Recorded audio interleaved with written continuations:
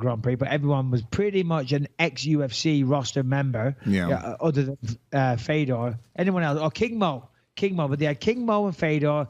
Then on top of that, they have Frank Mir. They have, who else? Ryan Bader, Rampage. You know, there's a bunch of good dudes. Chael Sonnen, pardon me.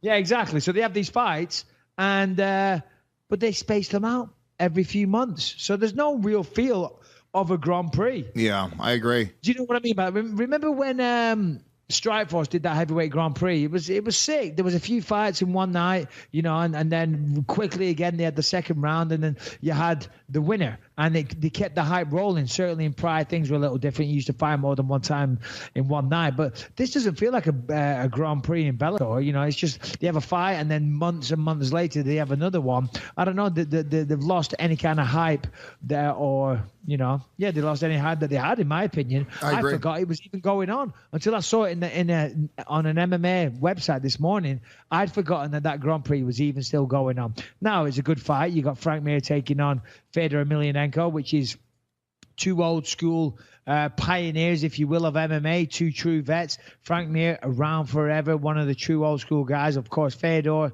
you know, same thing. He was the legend. He was the man over in Pride. Frank Mir was the heavyweight champion at one point. So it's a great fight, but you know, I just feel like there's no momentum and no real thirst for this event. Yeah, I think the problem with and Bellator, I hope because I do enjoy Bellator once in a while. Don't go the way of smaller promotions, which is just assign UFC guys and let that carry you. And sometimes they feel like they do that, and they know that with Frank Mir and Fedor, they have two big names. Frank Mir being former UFC champion, Fedor being Fedor. That they almost feel like I've seen no marketing for this. I've seen no even like banner ads. I've seen nothing promoting that this is even happening. I just happened to see that this is happening. I was like, oh shit, we should maybe talk about it because I think it is an interesting fight. It's an exciting fight to watch. I'm a huge Frank Mir fan, and I always have been. You know, when Frank, you know, Frank's like, once again, it's just the era that I came into the sport and becoming a fan. Frank was on top. And he had just gotten into that motorcycle accident right afterwards, right? And he had to take 2 years off. And you remember when he came back, he got his ass beat by I forget who it was. Brandon Vera. Yeah, Brandon Vera beat his ass, but it was somebody else some other dude that just shouldn't have beat him. That was when Brandon Vera came onto the scene and was just wiping everyone out, and everyone was like, whoa, this guy is going to go far. And then he got into weird contract negotiations with the UFC, or his manager, Brandon Vera, was asking for millions of dollars. So he didn't fight for a while. And then when he did come back, you know, he kind of struggled a little bit. Big fan of Brandon Vera, by the way. I doubt he's listening, but if you are, what's up, Brandon? Yeah, it was Marcio Cruz. Yeah. So UFC 57, he comes back, just gets his ass kicked by Marcio Cruz, who didn't do anything in the UFC. And then just like hot and cold. And then the Brock fight sort of kind of, you know, made him come back when he tapped up Brock with that it was a heel hook or a knee bar. That was awesome, dude. Bar. So fucking cool. No, he got him with the knee bar. Obviously, then he rematched at UFC 100, and Brock just destroyed Took his soul. You know? it was pretty well. Not so much the fight. No, I enjoyed seeing Frank Mir get beat up like that, because I didn't. In fact, and I've told the story about this before, I shared an ambulance with Frank Mir on the way to the hospital afterwards. Remember? Yeah, I know. I just been knocked out of Dan Henderson, and he'd just been beaten up by Brock Lesnar, and we're both sitting in the back of the ambulance. Sorry, assholes. Instead of a siren, it was just a sad violin that played to get you through the streets. So say that one more time. My wife just very rudely interrupted me. Oh man, that was a solid joke too. I said instead of a siren, it's just a sad violin playing through the streets. Yeah. That's pretty good. Sorry you had to repeat it twice. But yeah. We sat in the back of the thing. I was like, hey, what's up, Frank? What's up, Mike? Yeah. You get your ass kicked? Yeah, I got my fucking ass kicked. But yeah, no, Frank Mir. No, it was awesome what Brock Lesnar did that night. But yeah, Frank Mir, he's one of those guys. He's a legend of the sport. He's been around forever.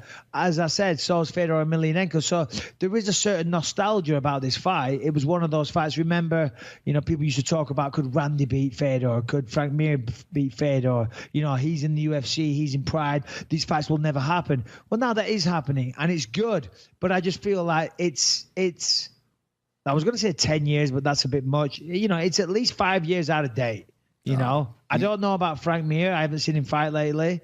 And so I wish him the best. But Fedor, come on, and unfortunately, you got to face facts. His best days are behind him, and that's a fact. He doesn't perform like he used to do. What was his last fight? What was Fedor's last fight? He got scorched by Matt Mitrione, first round knockout, a minute in. That's right, yeah. And then he had that really bad majority decision with Fabio Maldonado, who was a UFC 205 pounder from back in the day. Out in Russia. Actually, really exciting fight, like really fun fight to watch, but just not competing at the very highest level. Frank Mir, on the other hand, his last fights were in the UFC, and he's looked at Frank Mir. He's always fights the toughest motherfuckers, and he beats the guys that are like at the middle, and then he loses to all the guys that are at the very top. Shit. Ooh, excuse me. Yeah, he got a loss to Mark Hunt in his last fight. And then Andrei Arlovski, I feel bad because I used to be such a big Andrei Arlovski fan, but if you lose to Andrei Arlovski today, it's a problem. Andrei Arlovski was the man back in the day. But, listen, far be it from me to disparage Fedor Emelianenko. There is someone that truly is, in the Hall of Fame of all mixed martial arts. Fedor Emelianenko, Antonio Rodrigo Nogueira, George St. Pierre, Anderson Silva, people like that. They're the best of the best. And so I'm not trying to disparage him, but or ridicule him or anything like that or disrespect him. But his best days are behind him. Simple as that. Simple as that. It'll be interesting to see the fight. Honestly, I won't go out of my way to watch it. If I'm in and it's on, I will for sure watch the fight. Yeah. But it's not like I'm going to say, hey, Saturday night, I'm here. I'm watching the Paramount fucking network. I'm watching this show. I just won't. I'll watch it, though, if I'm in and it's on. So, yeah. Who do you think wins out of curiosity? I think Frank Mir wins. I agree. I think Frank Mir, he's competed in the UFC his entire career, basically. And he's a bigger guy. Fedor, I don't know, dude. He should have fought at 205 pounds, forever. And I just think that Frank Mir is going to be too big. I think that he's got probably underrated striking. Frank Mir knocks motherfuckers out. He knocked out Crow Cop. I don't know. I think he's going to be able to just be, big enough to kind of bully him around and eventually get a knockout. Yeah.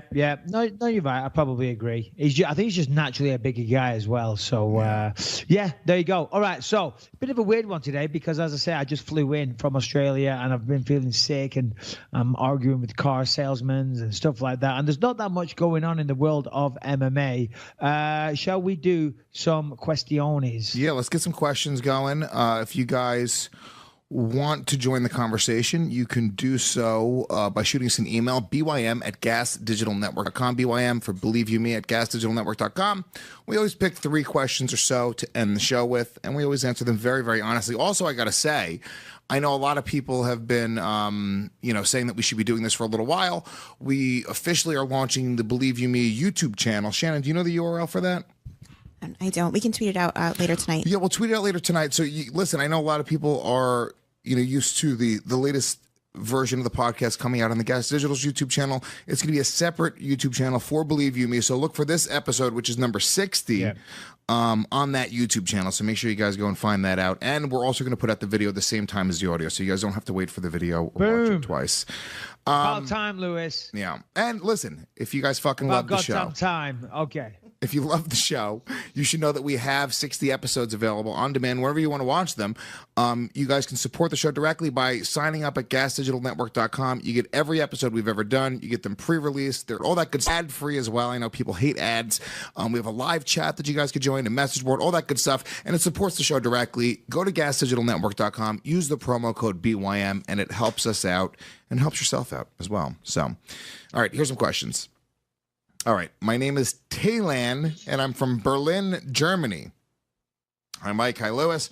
I love the podcast, have been a fan since the beginning. Question. The British boxer Chris Eubank famously told his son, Chris Eubank Jr., that growing up comfortably meant that he was too soft to become a successful boxer. He would taunt him and tell him directly that he didn't think that he had grit and did not live through the hardships necessary to build the mental strength to succeed as a pugilist. Haha. As his son has developed an insane work ethic and has in his own right become a very successful boxer and is currently ranked as one of the best super middleweights out there. Mike, you are obviously proud of your son Callum, and it's clear that he is on his way to becoming a very capable martial artist / athlete in his own right. Now, you have said many times that you do not want him to become an MMA fighter, but it seems you have nurtured that desire anyway. So the question is, what did you tell Callum when he was young when he asked you if he could be a fighter? What was this guy's name? This is Taylan from Berlin, Germany. Yeah. Thank you, Taylan. That's actually a good question. And he, I agree with everything what he said completely and some of the thoughts I had.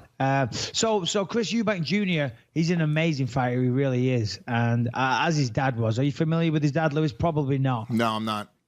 Now, Chris Eubank, true legend of British boxing, Nigel Benn and Chris Eubank, some of the fights there back in the day were incredible.